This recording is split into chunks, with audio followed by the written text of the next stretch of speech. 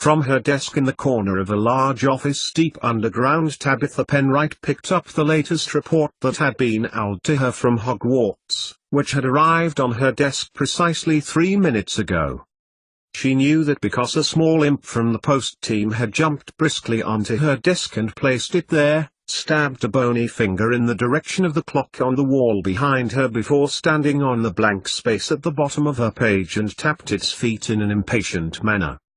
Carefully, Tabitha lifted the little imp up by the back of its neat blue tunic and placed him on a pile of books before fumbling in her desk drawer, past her wand, a pile of parchments and quills to a tiny date stamp which was used for received mail in the Ministry of Magic. "Here we are," she said to the imp, holding the date stamp carefully by the end, and she waited until he opened the page where Tabitha needed to use it. All at once, the soft sponge end leapt from its casing and planted the date and time automatically on the page, like a jack-in-the-box, before recoiling back. "There," Tabitha said to the imp, as the creature zoomed away in a streak of royal blue, his huge sack of mail over his shoulder. "That didn't take a moment, did it?"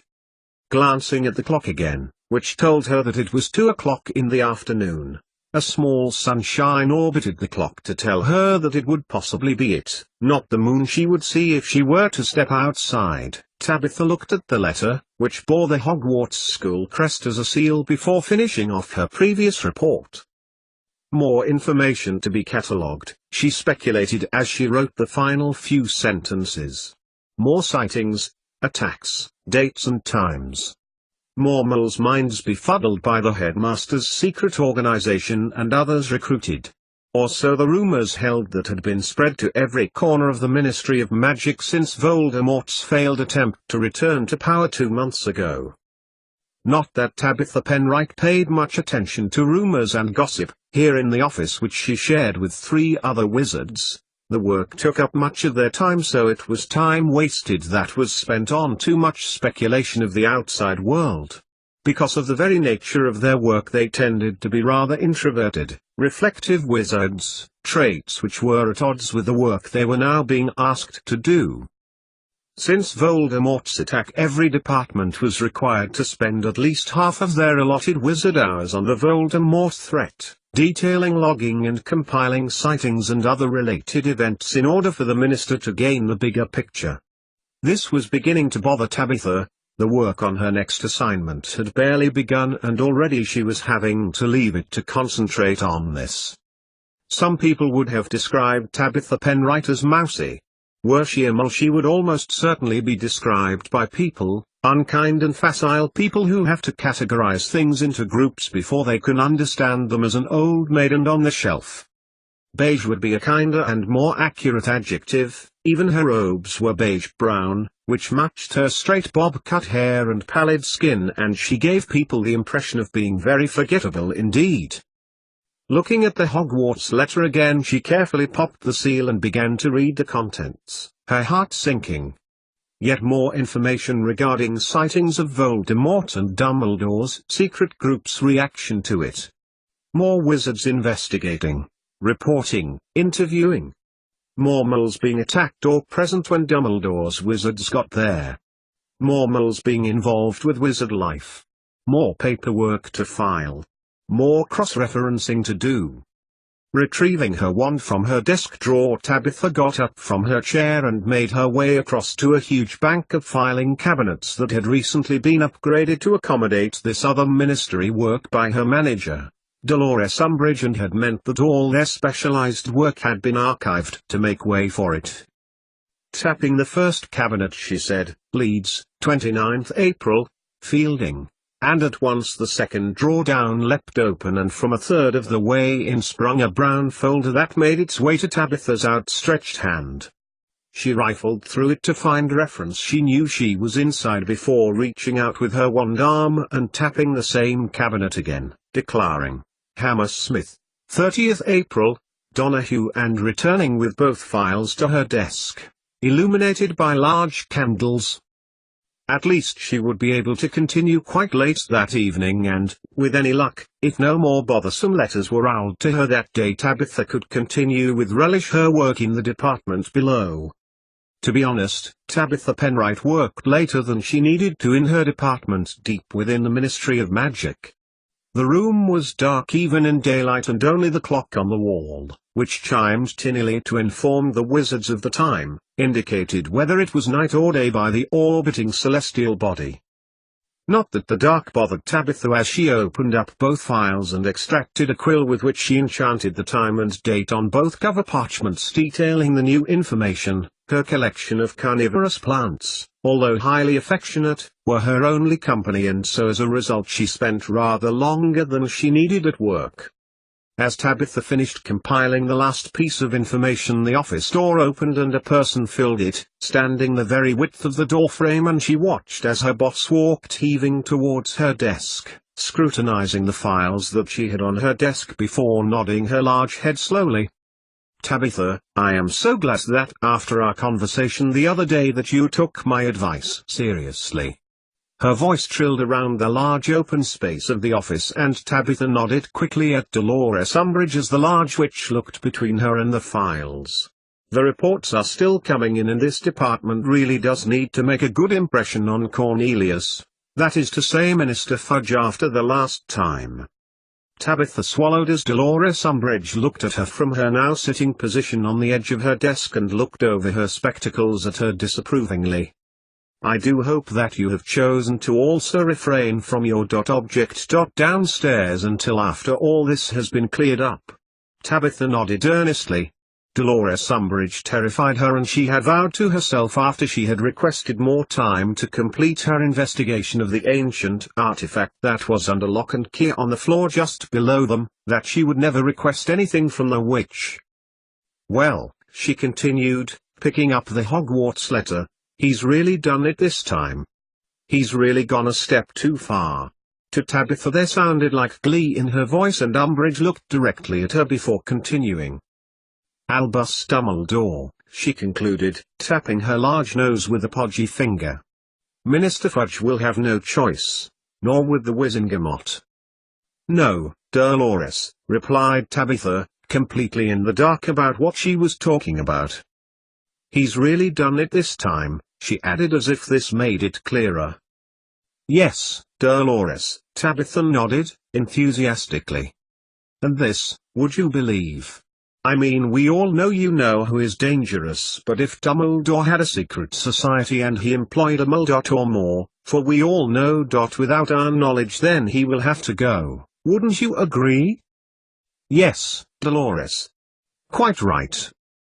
So when I get to Hogwarts to sort out this whole mess, calm down the staff and begin to implement proper teaching to the place, then we'll see the whole picture and where the rotten wood has been all these years."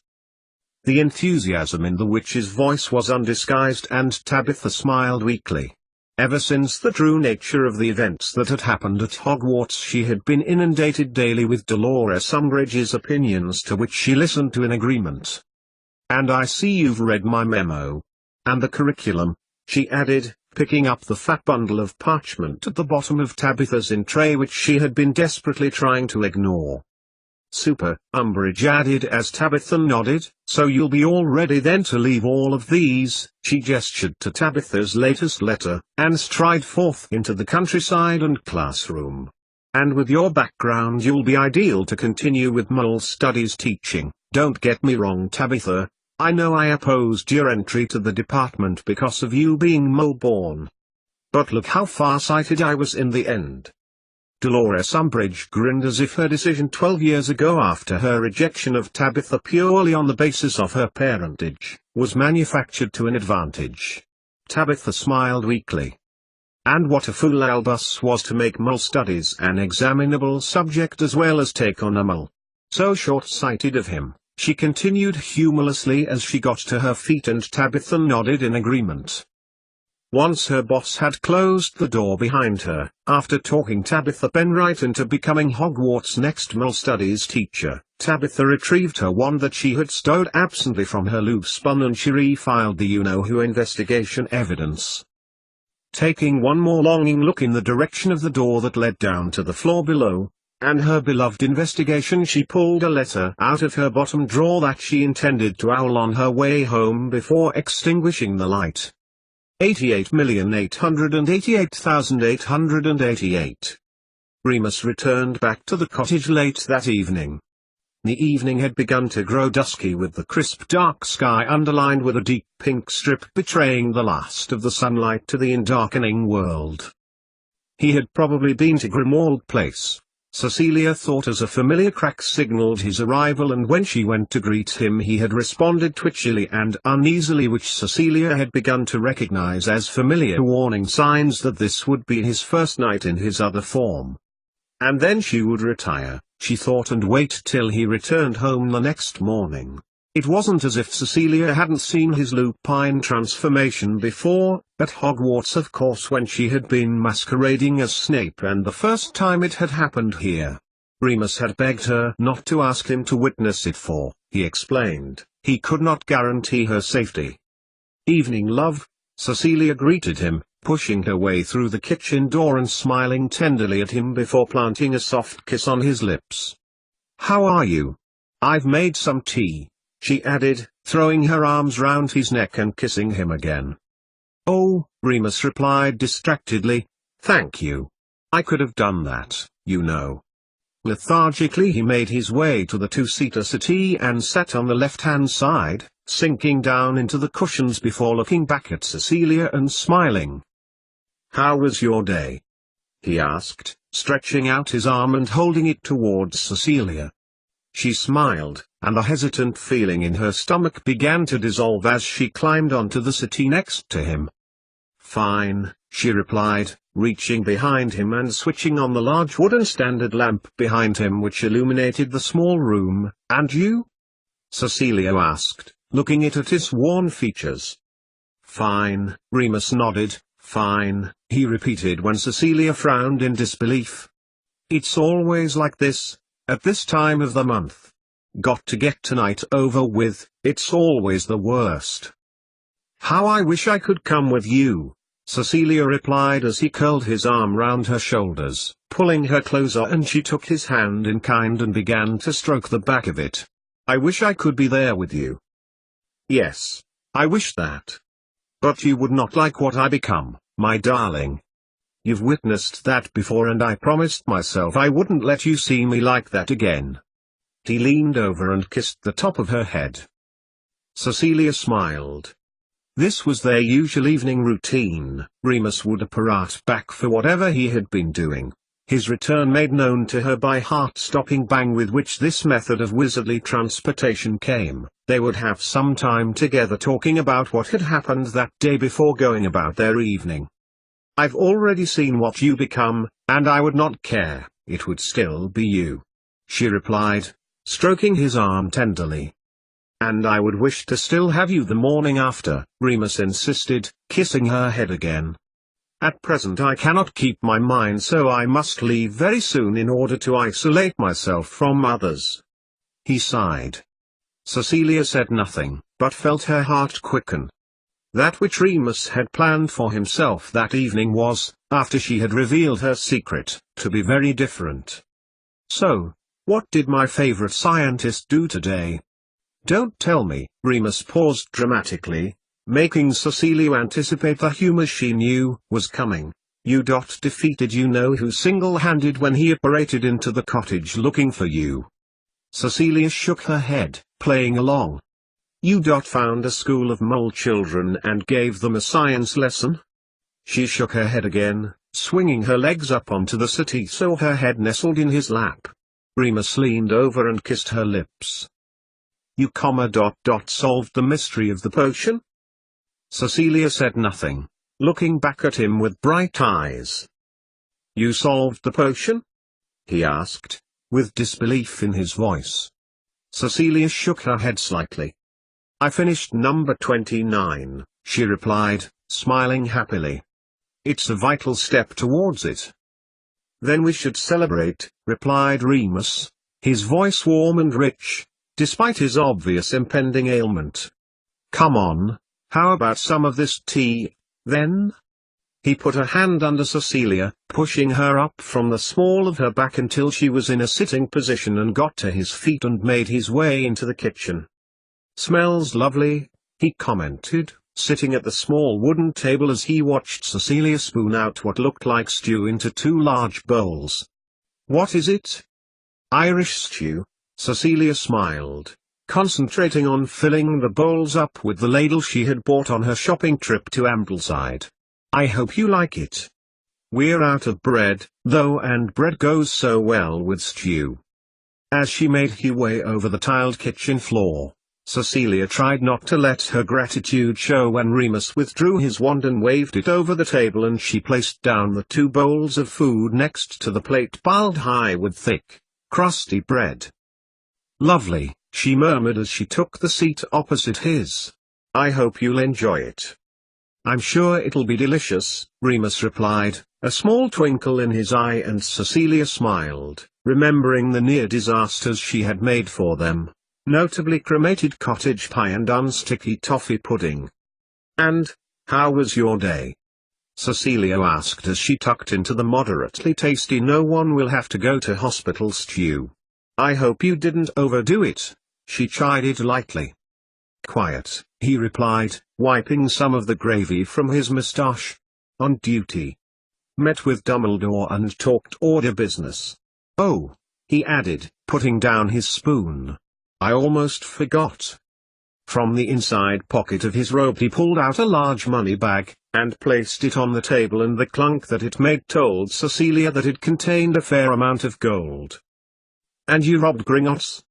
she prompted, smiling between the bag and him. "Dumbledore. In exchange for the work I was doing." He opened up the bag and tipped out its contents. Before them sat several hundred gold galleons. Cecilia looked in astonishment as he did so, trying to conceal her prior knowledge of it, which was her advance wages, and exhaled heavily. "Well," she managed, putting her spoon onto the green linen tablecloth, "that's a nice surprise. I suppose it makes a change from well, your duty," she added lamely. It wasn't as if Cecilia didn't know what type of work Remus was doing, but they'd agreed shortly after they began living in the cottage that it was best that she didn't know the details. "And you finished number 29, he replied, touching the back of her hand before gathering up the galleons and putting them back into the leather pouch. "That's excellent. If you leave it in the kitchen tomorrow, I'll send it on." He trailed off as Cecilia got to her feet. "You don't need to get it now. Finish your stew," he said to Cecilia's retreating back, and she looked over her shoulder and smiled. "There's a note." "Well, you don't have to get it now," he replied as her back retreated into the utility washroom, and he began to eat some more of the not-too-bad stew as Cecilia ignored him.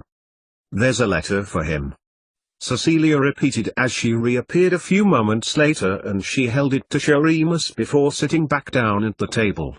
Remus withdrew his wand again and waved it over her bowl of stew, and immediately steam began to rise from within. "Thank you," Cecilia replied, smiling at him before picking up her spoon, and, as she did so, she placed another vial, unnoticed, onto the table. "I had a visitor this afternoon," she continued as Remus continued to eat. "Oh?" He raised his eyebrows inquisitively.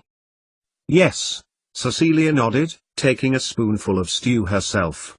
"Severus?" She watched Remus's face change from mild curiosity to intermediate hostility.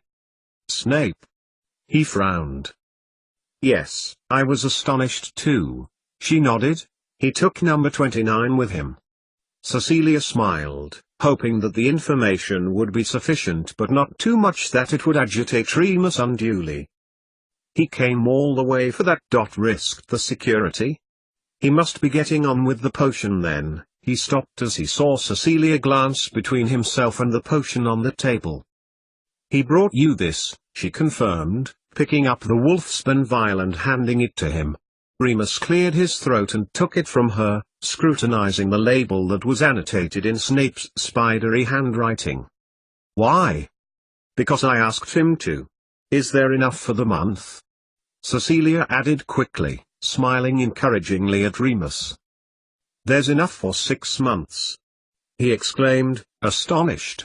"Oh, A broad smile spread across his face and the weariness of half an hour before had given way to relief.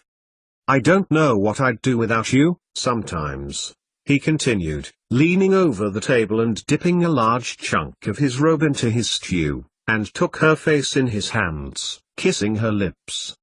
Cecilia smiled when he sat back down, not least because she was normally the messy one, and watched him read the label. "What else did you have to talk about?" Remus continued, his tone much lighter and warmer than it had been just now. "Not much, really." Cecilia felt her light-heartedness begin to wane as she recalled the rather personal conversation she and Severus Snape had engaged in and tried to make her expression as neutral as possible. "We discussed the possibility of our having children," she risked, watching for Remus to respond. "I don't think I'll allow my fiancé to do that," he replied, his expression fixed as he returned Cecilia's look, and he wrinkled his nose so his moustache wriggled. Cecilia didn't know whether to apologize or laugh, but the conversation ended abruptly and she opened her mouth to say something when Remus smiled and continued to eat. "Well, thankfully he came, for I was sorry to have informed Dumbledore this afternoon that I could not attend the Order meeting tonight." Cecilia raised her eyebrows. The long-awaited First Order meeting. The first since Voldemort's failed attempt to announce his return to the wizard world. Cecilia felt her face flush red and her heart beat slightly quicker at the thought of seeing the Order again, and she fought the longing in her stomach to ask Remus to take her with him. But now. He looked at the potion again, standing innocuously next to the condiments, and took Cecilia's hand. "Thank you for doing this," he added, kissing the back of her hand. Cecilia nodded as though crept into her mind. "Look, if they ask about me, could you tell them that much as I would like to join them, working here is good enough. Being here with you," she broke off as Remus put a finger to her lips and Cecilia blinked her widened eyes. "I'm quite happy here with you," she finished, kissing the top of his index finger as she spoke her feelings aloud. Remus smiled and nodded in agreement. "I know, love," he replied, stepping across the thinning Persian rug towards her. "I know." He took Cecilia in his arms and kissed the top of her head. Which led to Cecilia carrying out nothing productive in terms of her research work for almost an hour. 88,888,888. Once Remus had disapparated to the Order meeting, Cecilia washed up the dishes before making her way into the utility workroom, flicking on the switch of the radio cassette player as she gazed out of the window and surveyed the darkened landscape. The only lights that were present glimmered in the darkness on a hillside almost 30 miles away, like bright shimmering stars in the sky. Indeed, if they had been a little higher and Cecilia had not been familiar with the landscape, then she would not have been able to distinguish them from the real stars in the heavens above. Jono's Late Night Love Hour, with me, John Fellows. That's from midnight on Friday. Now, next up we have the Beatles with another of their classics, this time from 1964, I Wanna Hold Your Hand. But Cecilia was familiar with the scenery, especially in the evenings. The radio, which had begun to fill the air with Paul McCartney's voice, had been a godsend on the evenings that Remus was away from the cottage. It kept her company and up to speed with current affairs. But what it did as well was to keep her mind from Dash. Despite her deep and passionate love for the wizard, Cecilia had never told Remus that the times when he was away were the hardest to bear. The radio, despite its banal monotony, kept her mind from wandering to that place, so deep inside her head that she was afraid that she would never come out of it. That was the part of her that invaded her mind when her defenses were down, like 2 days ago when the idea formed in her mind, fully fledged as if well conceived, that she would be able to make to Ambleside and back before Remus returned, taking with her some money to use in a phone box. Not many Welleses in the phone book, and it was Scotland. It would only take a few hours to find her mother and sister, and little Freya. Just one phone call away. Or, when she was idly chopping vegetables for the stew that evening, gazing out of the window at the group of amateur hikers descending slowly and painfully from Helvellyn. Guilt began to prey on her mind, of the self-consuming variety, hitting her mentally over the issue of her ability to prevent the death of her best friend, whether, if anyone gave her the choice between what she had now and what she had last July, what she would choose. The radio, Cecilia had found, prevented the self-destructive thoughts crowd her mind, and picked up her latest notebook as the Beatles were exchanged for a traffic report, retrieving her pen from the back of the wooden bench that stretched the length of the room, and she turned to the next clean page. Number 30, bass, she wrote, tapping the black Bic biro on the page underneath this title, and considered where to begin. And we will resume our countdown of the Beatles' most popular hits in a few moments, after Sheffield and the Weather. Wintergreen Oil, Nor and Murtlap. Carefully, under the light of the large candelabra that hung overhead, Cecilia pondered her last entry. She had analyzed the myrtlap plant wherefrom the oil expressed upon crushing the flat, almost circular-shaped leaves. It had been an interesting ingredient, seeming to prove unreliable under microscopic analysis, its consistency changing at will, and it had turned out that, once blended into the classic potion, which Snape had instructed her to make, many months ago when he had returned half alive from a Death Eater meeting, it had given an energy, frequency and intensity which was compatible with the analgesic properties present in the lymph nodes. Cecilia had begun to wonder lately whether they weren't actually tackling the problem the wrong way, whether the known properties of a spell or potion could predict its action in the body, which would therefore indicate its scientific properties. Very likely, she mused. But the possibility of exploring this was non-existent at the moment, so she had shelved the idea, leaving no record of it, save a small note to herself in the back of her latest notebook. And there will be a treat for those watching the heavens this evening. The female weather forecaster announced with gleeful abandon, a lunar eclipse, beginning at around 1:37.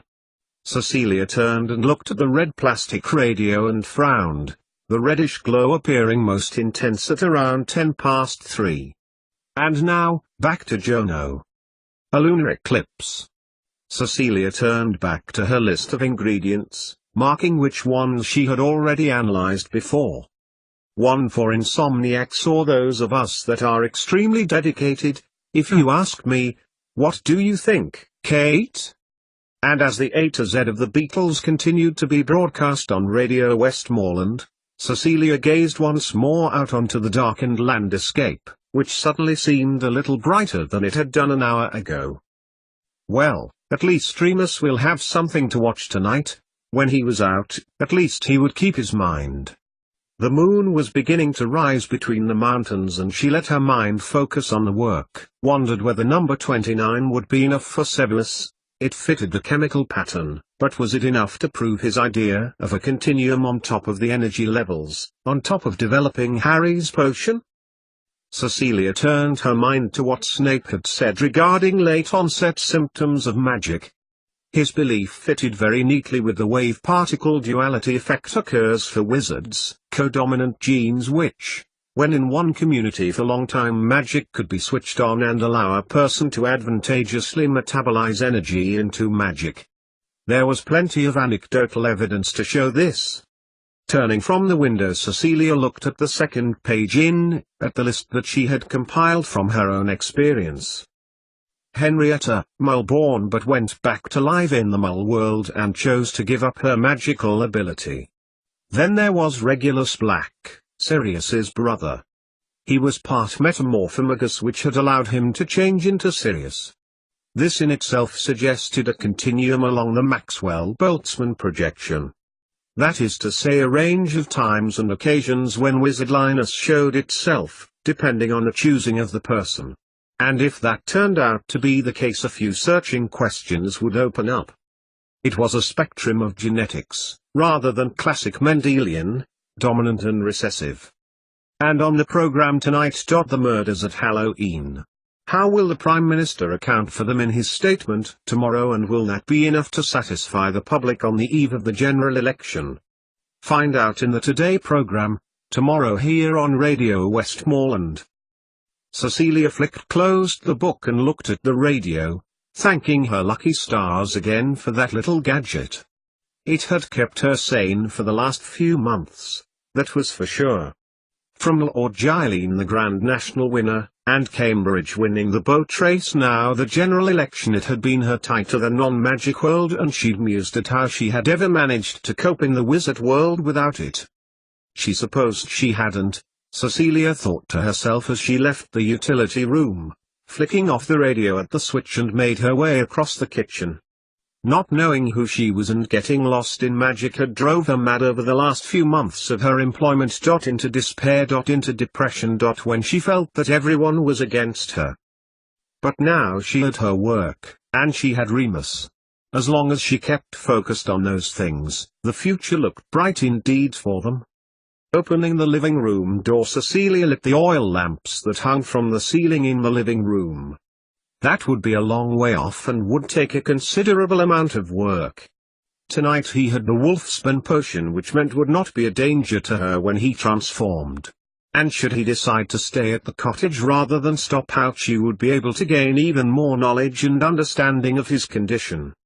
Realizing she had her second letter for Snape still in her hand, she re-entered the kitchen and placed the envelope on the side where the other one wasn't. Remus had obviously taken it with him that evening, off to the order meeting. A flutter of desire crept into her stomach, tempting her with the knowledge of the meeting that would be taking place. A double-edged sword of desire to know, she knew. If she had gone, she would have wanted to be privy to the order's duties, in the same way as she had been when they had accepted her into their confidence last August. And then what? She would be caught up in it all again, and before she knew it agreeing to teach at Hogwarts again. Glancing out at the darkness now, her racing heart pounded in her chest. However tempting that life was, it was far from desirable. She had her life here now, with Remus. It was for the best, as she and Remus had agreed. A walk, Cecilia thought. That would do her good. It would put her thoughts into perspective. Excellent, agreed her cerebellum. Get your coat, and now I'll do it. Hurrying over to the kitchen cupboard, Cecilia grabbed the nearest jacket and pulled on her walking boots before exiting the cottage through the living room door, bolting it behind her. So, if number 29 does not give evidence of a continuum, what next? Cecilia, she stepped out onto the thin soil that covered the igneous landscape, and a warm evening breeze tickled the skin on her face. Where to from here? And how would this influence her other, hitherto embryonic but potentially as earth-shattering as the universal link, research? Glancing at the cottage behind her, she continued to walk towards the rising moon. Inside the cottage hearth, a face glowed in the embers bright green for a second before disappearing, as if it had never been.